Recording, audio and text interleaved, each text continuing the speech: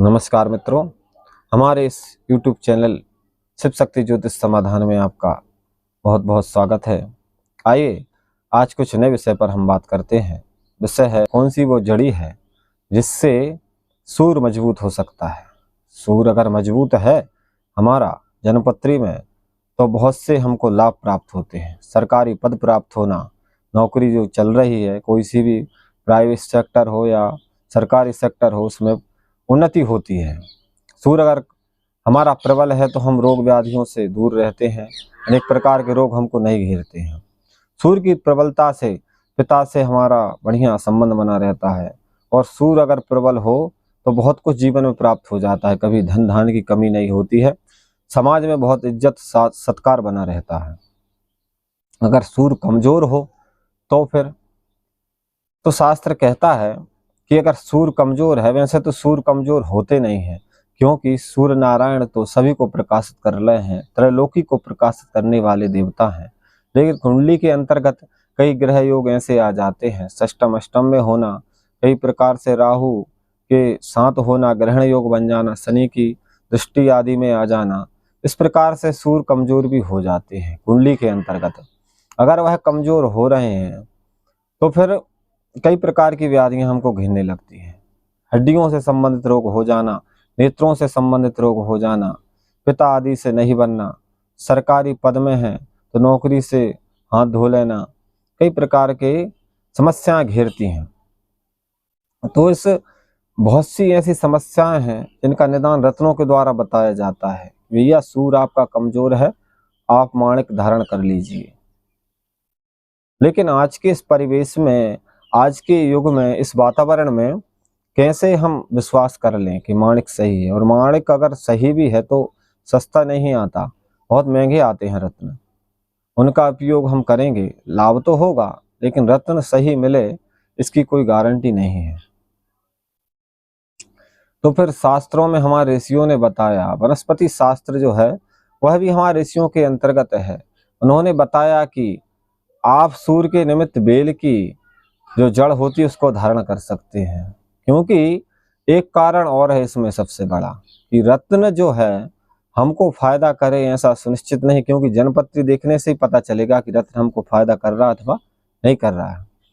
अगर रत्न हमको फायदा नहीं कर रहा है, माणिक हमने धारण कर लिया है, तो और दुष्प्रभाव हो जाएंगे, जो हमारी समस्याएं चल रही हैं और चौगुनी हो जाएंगी। तो इससे अच्छा तो ये है कि हमको उस रत्न के एवज में उस जड़ी को धारण करना चाहिए जो सूर्य के बल को भी बना दे और उसमें किसी प्रकार की कोई समस्या भी नहीं है कि यह डुप्लीकेट है अथवा नुकसान करेगी, क्योंकि नुकसान करने वाली वनस्पति नहीं होती है। वनस्पति हमेशा फायदा करती है। तो सूर्य के निमित्त फिर शास्त्रों को देखा गया तो बेल की जो जड़ होती है, जिसको हम बेलपत्री का वृक्ष बोलते हैं, उस जड़ को धारण करना चाहिए।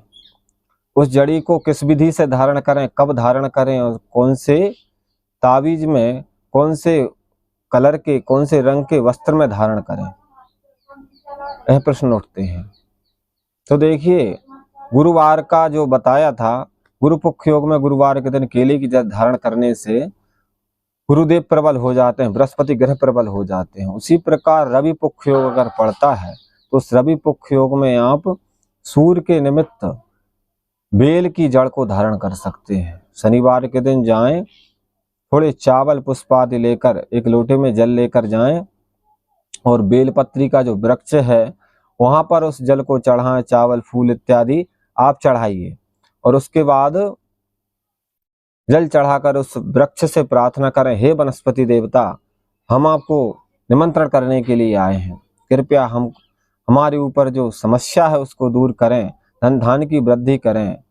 इस प्रकार उनसे प्रार्थना करें, निमंत्रण करें कि कल हम आपको लेने के लिए आएंगे।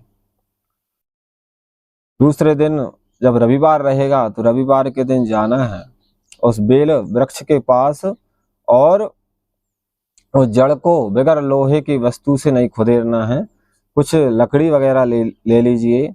उस लकड़ी से उस जड़ को निकालें, थोड़ी सी जड़ निकाल लें, निकाल कर घर आ जाएं। घर आकर उसके जल चंदन आदि से, पुष्प आदि से पूजन करें। पूजन करने के बाद धूप दीप करें और एक तांबे के ताबीज में डालकर उसको अपने दाहिने हाथ में धारण कर लें या गले में पहन सकते हैं। यह आपने कर लिया तो जो हजारों का, कई हजारों का जो माणिक आता है उससे जो हमको लाभ प्राप्त होता है, और माणिक से भी कई गुना ज्यादा लाभ उस जड़ी से आपको प्राप्त हो सकता है। आपके सूर प्रबल हो जाएंगे, क्योंकि सूर अगर कमजोर है तो बहुत से लक्षण दिखते हैं। नेत्रों से संबंधित पीड़ा होना, हड्डियों में दर्द होना, बार बार मान सम्मान में कमी आना, नौकरी आदि नहीं मिलना, ऐसे कई, और मानसिक समस्या होना। हृदयाघात भी सूर से ही होते हैं। हृदयाघात जो होता है, दिल का दौरा जिसको कहते हैं, वो भी कहीं ना कहीं सूर से संबंधित होता है। तो अगर ऐसी परेशानियां आपको सता रही हैं तो आप उस जड़ को धारण करें, इससे आपको बहुत ही लाभ प्राप्त होगा। और सूर्य भगवान को अर्घ दीजिए। जिनके भी सूर्य जनपत्री के अंतर्गत कमजोर है अथवा नहीं भी है कमजोर, सूर्य को अर्घ तो हम सभी को देना ही चाहिए, क्योंकि सूर्य आत्मा जगतस्तस्थूकश्च, सूर्य हमारी आत्मा है, आत्मकारक है। आत्मबल की जो कमी होती है वह सूर्य कमजोर होता है उसके कारण से होती है। जो व्यक्ति निर्णय नहीं ले पाता है, निर्णय लेने की क्षमता ना होना, ये सूर्य बल की कमी है, इस कारण से यह सब होता है। तो हमको क्या करना चाहिए कि सूर्य को प्रबल करने के लिए जड़ी को धारण करना है। जड़ी की जब पूजन करेंगे, धारण करेंगे, उस समय आप मंत्रों का उच्चारण कर सकते हैं। जपा कुसुम संकासम काश्यपेयम महादितिम तमोरिम सर्व पापगनम प्रणतोस्मि दिवाकरम। ओम ह्राम ह्रीम ह्रौम सा सूर्याय नमः, यह मंत्र है। इन मंत्रों के द्वारा आप उस जड़ी का पूजन करके धारण कर सकते हैं। और सूर्य अगर प्रबल हो जाएगा तो हमारे जितने भी काम बताए हैं वह सब बनने लगेंगे। सूर्य क्योंकि हमारा आत्मबल कारक होता है, सूर्य ही आत्मा मानी जाती है वेदों के द्वारा। शास्त्रों में सूर्य को आत्मा की उपाधि दी है। इस प्रकार अगर आप इस जड़ को धारण कर लेंगे, समस्त व्याधियों से दूर हो जाएंगे।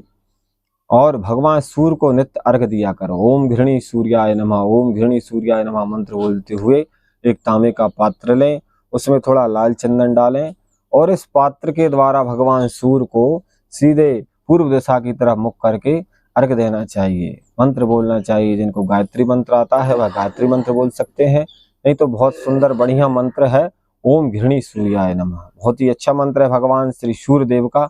इस मंत्र से आप उनको रोज अर्घ दीजिए। आदित्य हृदय स्तोत्र बहुत ही सुंदर स्तोत्र है, बहुत ही शक्तिशाली स्तोत्र है। भगवान श्री राम ने स्वयं आदित्य हृदय स्तोत्र का पाठ करके रावण से युद्ध किया था। ऐसे आदित्य हृदय स्तोत्र का पाठ करें। अगर आपको समझ में आता है, आप पाठ कर लेते हैं तो बहुत बढ़िया है, और नहीं भी कर पाते हैं तो भगवान श्री सूर्य का मंत्र है ओम ह्राम ह्रीम ह्रौम सः सूर्याय नमः। इस मंत्र का आप नित्य जाप कर सकते हैं। जिनके सूर्य कमजोर है, इससे सूर्य बल की उपलब्धि हो जाएगी, सूर्य बल की प्राप्ति हो जाएगी। जीवन से तमाम बाधाएं हैं वह दूर हो जाएंगी। सूर्य प्रबल होने से, सूर्य का बल अगर मिल जाए तो बाकी ग्रह कुछ नहीं करते हैं, क्योंकि बाकी ग्रह भी सब शांत हो जाते हैं। इसलिए सूर्य का बल हमको प्राप्त होना चाहिए। जिनकी कुंडलियों में ग्रहण योग बने रहते हैं वह तो विशेषकर इस प्रयोग को करें, और जिनकी सिंह राशि है, मेष राशि है, वह भी इस प्रयोग को जरूर करें क्योंकि मेष राशि वालों के सूर्य उच्च के माने जाते हैं। अगर वह कमजोर होंगे तो मेष राशि वालों को भी बहुत नुकसान उठाना पड़ेगा अपनी जिंदगी में। सिंह राशि वालों के सूर्य राशि स्वामी होते हैं, सिंह लग्न वालों के लग्नेश होते हैं। इस प्रकार यह 3 लोगों को जरूर करना चाहिए। आगे भी इसी प्रकार हम आपको जानकारी देते रहेंगे। जो सत्य है, जो शास्त्रबद्ध है, वह जानकारी हम आप तक पहुंचाते रहेंगे। हमारे चैनल शिव शक्ति ज्योतिष समाधान को सब्सक्राइब